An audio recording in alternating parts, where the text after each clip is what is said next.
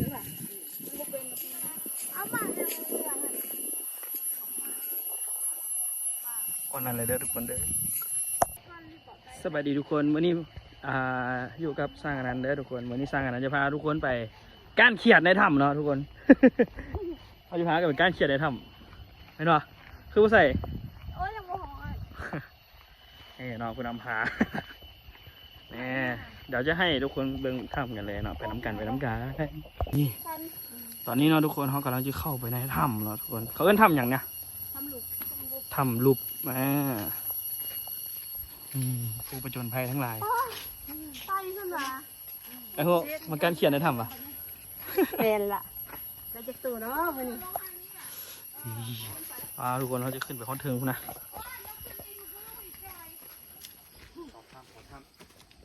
ยังไงไอ้มันการเขียนวะมันการเขียนในถ้ำทุกคนเป็นยังไงเชี่ยครั้งแรกเลยบ่เคยมาอย่างแบบนี้เลยทุกคนถ้าผู้ใดอยากมาประจนภัยก็มาลองอยู่นี่เบิ่งเด้อทุกคนเด้อถ้ำรูปเนาะถ้ำรูปถ้ำหอยถ้ำรูปถ้ำหอยตอนนี้ชิฮอนในถ้ำบ่บุเริ่มเสียวแล้วโอ้บ่ไหว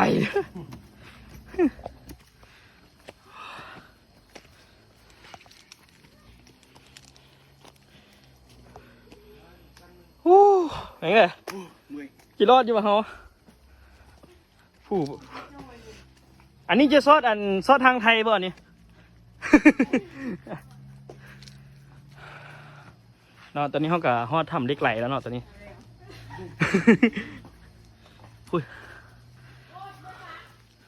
โอ้ตายแล้วมืออื่นนี่มันบอลลูปแล้วได้นี่มันแคมแล้วได้เนี่ย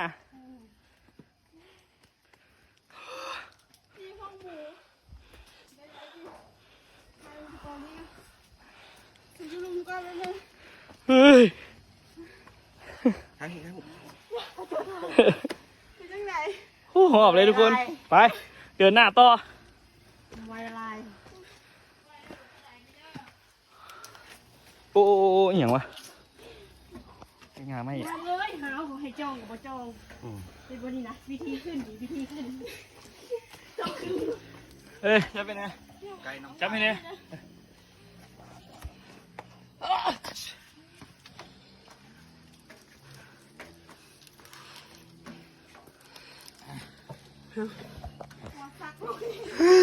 ตัดลงด้วยโอ้โหยังลงอีกระวังตีนขาสอดเข้าไปเด้อกูอยากเมือขนาดเลยตอนนี้อันยังฝนมันก็ท่วมอ่ะเดี๋ยวตัวดาวยังฝนก็ท่วมอ่ะเปิดไฟก่อนติงระวังเด้อให้หายใจแห้งเถอะกูเลยไอ้เหี้ยโอ้ยวันจะเห็นตุ้ยจะฟ้าลงมาไกลลิงนะ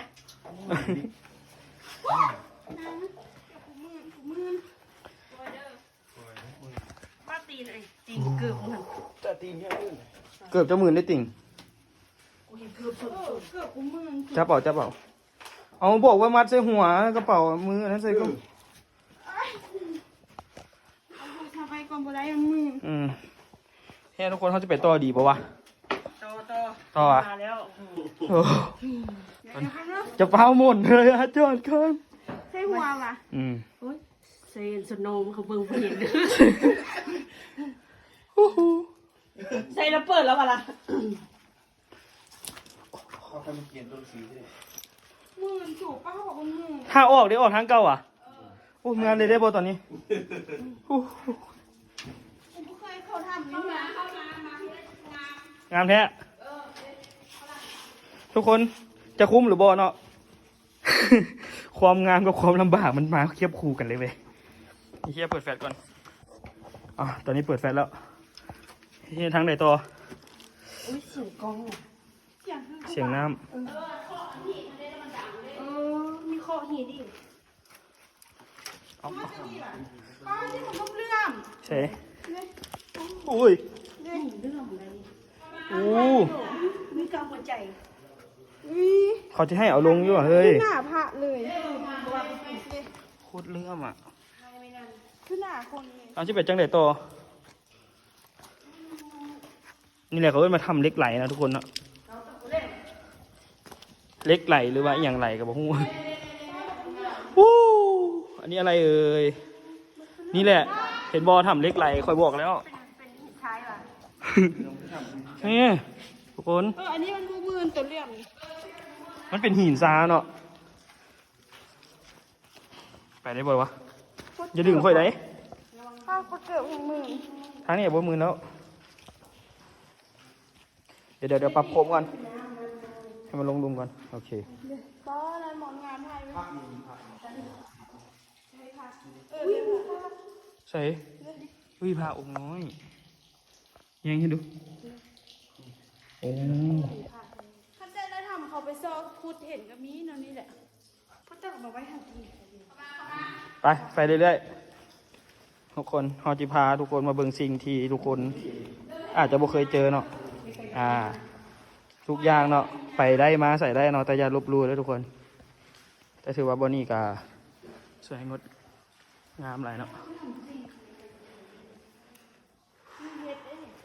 เคยน้ำท่วมอยู่บนนี้ดิเขาต้องค่อยๆย่างเลยทุกคนฮะ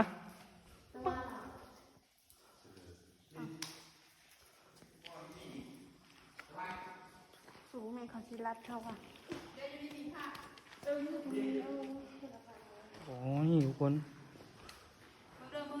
เป็นโคโบนจริง พออย่างไร จิตใจเขามามืองาน อย่าไปดึงมันบ่มืนมันเหนียวเนาะอุ้ยไปเรื่อยๆสุดแล้ววะนี่ อุ้ยพระราชถึงน่ะตีมือน กพระเอามาไหว้พระสาธุขอหน่อยมาดีเด้อขอใจสิ่งดีเด้อปกครองลูกหลานคนที่มานำกันทุกคนเด้อ เดินทางปลอดภัย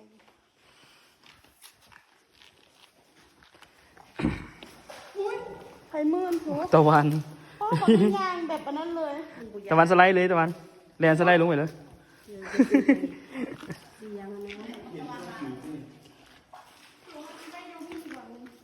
โอ้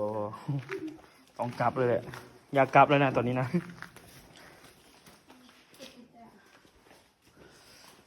โอ้โหฮะโอ้โหรอไปได้แล้วเบิ่งทางหูกับหู ที่ไปไอ้โซนเลย ไอ้ดิงก็ไปบ่อยนะเฮ้ยเจอทางตันทุกคนจะให้เป็นมุดไปเอา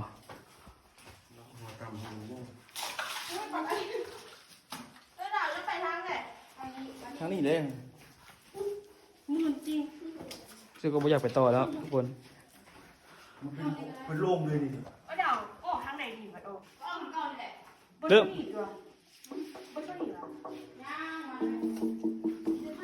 กล้องคือเล็ก เป็นเหล็ก คือเล็ก ไอ้ดิงมันเป็นเล็กกว่า หินเหล็กหิน แต่ตัวนั้นเป็นหินบางมันเลยดังไปสุดแล้วแหละพอแล้วแหละไป เอาเขาดิ ไม่อยากไปเลย เล็กไม่ดีนะ รู้สึกว่าหันใจไม่ออก เล็กน้อยกว่า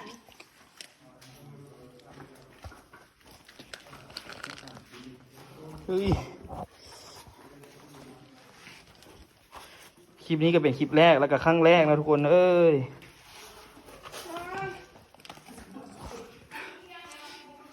มามือนะ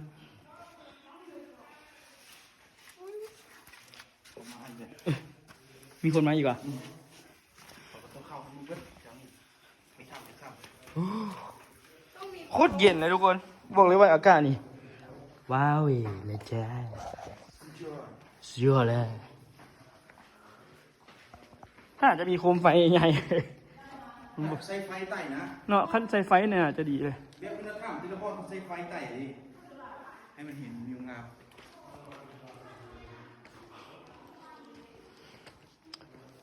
ตอนนี้ผมมีน้ำนะมัน ได้ปะ จับไปเลยเป็นยังไง สุด ใช้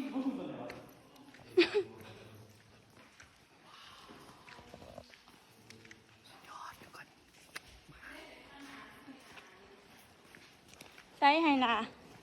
เป็นสิ่งที่บ่อยากคุ้นเคยเนาะสิ่งแรกที่บ่เคยมีความสัมผัสว่ามาแบบซีเนาะแล้วเราก็ได้มาสัมผัสแท้ๆกับรู้สึกว่ามีความเป็นธรรมชาติเนาะเป็นสิ่งแวดล้อมในถ้ำเนาะทุกคนโอ้โหเนาะมันอาจจะเป็นถ้ำระเบิดบ่เขาระเบิดมันบ่หรือว่ามันหัวไว้สิเลยบ่ธรรมชาติมาสิเลยเห็นบ่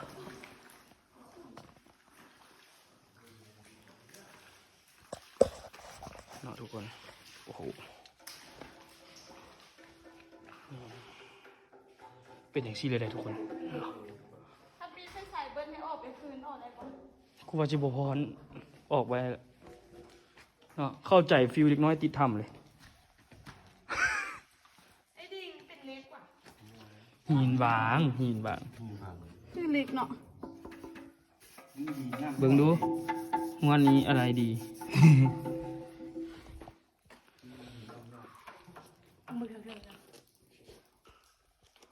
ออกมาเนาะบรรยากาศมันการู้สึกว่าเย็นๆนะทุกคนเนาะแล้วก็รู้สึกว่า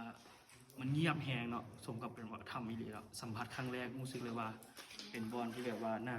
สนใจอยู่เนาะถ้าว่ามาประจนภัยอย่างที่นะทุกคนเนาะคลิปนี้ก็จบเพียงเท่านี้เด้อทุกคนเด้อไปที่ไหนติดต่อคลิปต่อไปเด้อ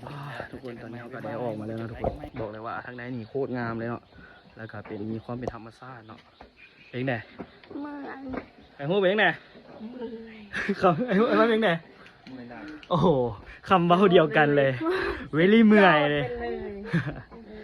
คลิปนี้ก็จบเพียงเท่านี้แล้วทุกคนเด้อครั้งแรกเนาะของพวกเราเองเนาะเราก็จะมีคลิปต่อไปเนาะในคลิปต่อไปได้ทุกคนเด้อบ๊ายบายน้ำกันเน่